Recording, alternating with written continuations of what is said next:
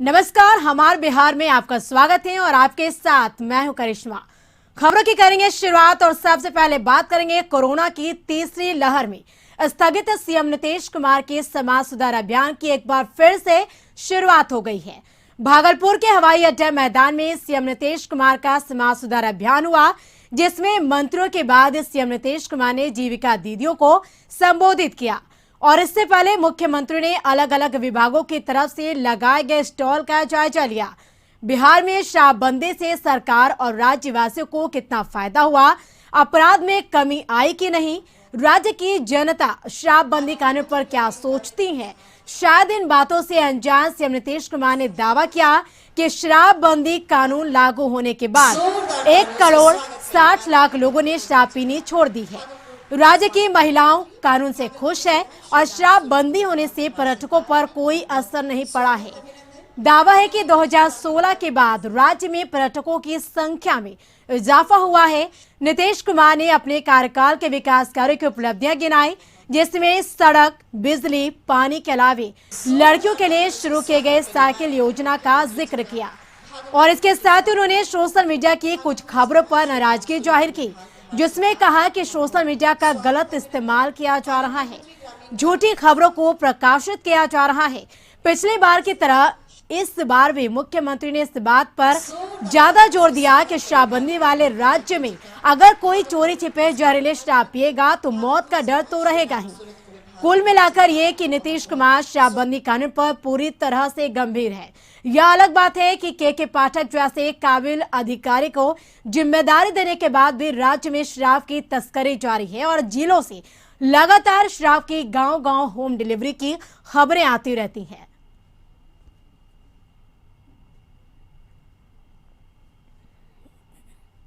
और मैं मानता हूं कि उस वक्त भी बहुत अंधेरा था, उस अंधेरे को आपने जुगनू की तरह टिमटिमाकर चुनौती दी थी और जब बिहार की जिम्मेदारी आपको मिली तो जब 2005 मुड़कर देखता हूं और आज 2022 में खड़ा हूं तो गर्व से कह सकता हूं कि एक ऐसे मुख्यमंत्री हैं जिन्होंने बिहार की तकदीर और तस्वीर को बदल कर दिखा दिया है। आज बिहार गर्व के साथ हम 14 करोड़ बिहारी आपके साथ खड़े रहते हैं। ऐसे तो पता नहीं लिम्का बुक ऑफ रिकॉर्ड वाले अब रिकॉर्ड बनाते हैं नहीं बनाते हैं। हम तो जिस पार्टी में काम करते हैं उसमें बहुत बड़े बड़े यात्री रहे हैं, लेकिन आपने जितनी यात्रा की है इतनी यात्रा समाज के लिए की। हम सबको नहीं सुधार सकते, लेकिन हम यहाँ से अगर संकल्प लेके जाएं, कहावत है कि हम सुधरेंगे तो जमाना सुधरेगा। अगर हर कोई व्यक्ति अपने आप को सुधारता है और खुद सुधरने के बाद परिवार का मुखिया पहले सुधर जाए तो सुधरने के बाद अपने परिवार को अन्य 5 सदस्यों को भी सुधार सकता है।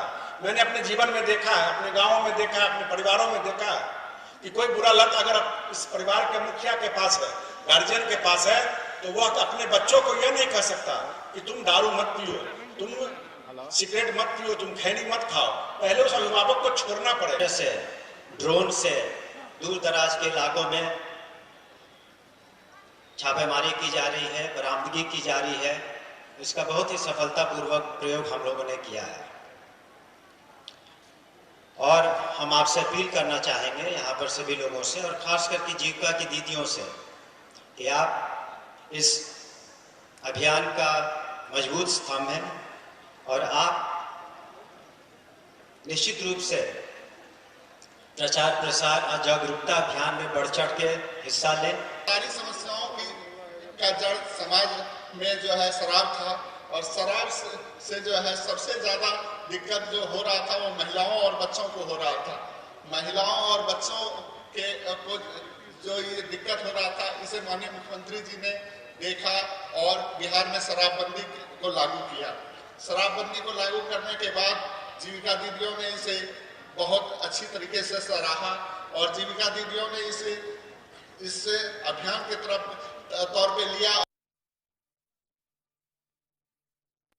बहुत बुरी चीज, बहुत लोग तो कहते रहता था कि शराब चलेगा तो इसमें जो बाहर से आते हैं टूरिस्ट लोग जो आते हैं वो अब आएंगे बहुत कम। अब आपको मालूम है कि बिहार में बढ़ गया। हम केरला में गए थे, वहां के समुदाय के लोग उसका एक हिस्सा लगा हुआ था शराबबंदी के लिए अभियान, हमको बुलाया था, वहां पर गए थे और वहां पर यह बात कहता था कि टूरिस्ट लोगों की कमी हो जाएगी। तो हमने उनको बता दिया था कि बिहार में टूरिस्ट की कमी नहीं है, बल्कि टूरिस्ट और बढ़ गया है। टूरिस्ट आता है वो दारू पीने के लिए आता है। दुनिया भर में जितने लोगों की मौत होती है उस मौत में 20 साल से लेकर के 39 साल तक के लोगों की मौत जो हो रही है वो दारू पीने के कारण मौत हो रही है। और 20 से 39 साल में दारू के कारण मौत की कुल संख्या है 13.5%। अब सोच लीजिए, पूरे का है 5.3। अब 20 से 39 वाला जो दुनिया में दारू पी लेता है वो जो मरता है वो 13.5%। और कितने तरह की बीमारियां होती है। सब जीविका की दीदियों को कहेंगे कि जो काम शुरू किया गया भूलिएगा नहीं। आजकल, पहले तो हम जो भी काम करते थे एक एक चीज लोगों तक रहता था, लेकिन जब से नई टेक्नोलॉजी या सोशल मीडिया आ गया है ना, तब से नया नया बात प्रचारित होता। पुराना बात जितना किया गया सब लोग उसको भूल जाते हैं। एक एक चीज नया नया आने लगा, तो नया नया आने लगा है। लेकिन इन चीजों को मत भूलिएगा।